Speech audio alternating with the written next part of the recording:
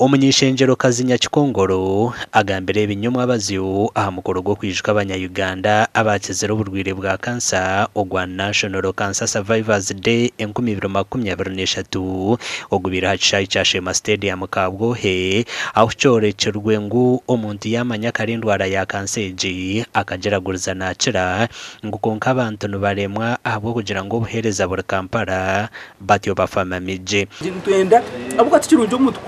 waza kuri Uganda yo no kashanga noza marago na racho hospital nuzo hospitals zikumanya konka waba utire mu regional hospitals mbarra ukateka za kabare ukateka bakamubona abantu ubundi nubakira kare batakagireyo hati nibeganya no kuza babohereza murago umuhando omwe babura kwikana murago ajati nyona giranta na yabiroga yasho umuntu takatembaga bus kuza Kampala atabakurifaringa murago no kayuta Nyakikongoro nagira ngo uburwire bwe kokoro no bucira kwitaboro abatari kubasa sente zo kuzaheru ngo nahabwe cyo gavumenti eshemerire kutamamani nkagera kutomo kurwana saka koko ka sirimu nico kurebera actual government yabetirira hamani abukwenda kombeka rubo wa hospital ejo rubo wa specialized hospital ekeriye kurebe ekwandoringa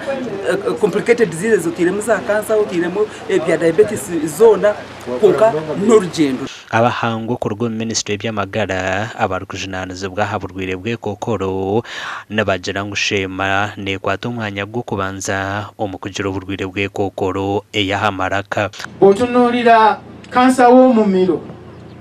Sheema eri mu kifo kisoka botunurira report yo mwako gwagwa nti bebasinga okuba n'abalwadde abangi abali no kansa owo mu mwagwaki owo mu miro nanye kalwara kansa y'ibere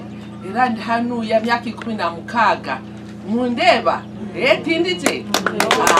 kaba ni mununji konke kikuru nuko kwija kwekebeza nuko kansa bakagikwata wire ukirikare bakokatungo bujanja byo kwikire nuko kabona kugira amagara marunji abebembezo muri district ya Sheema basimire government abwo kutora na Sheema okuba niyo bajagurize kireki wabo ruire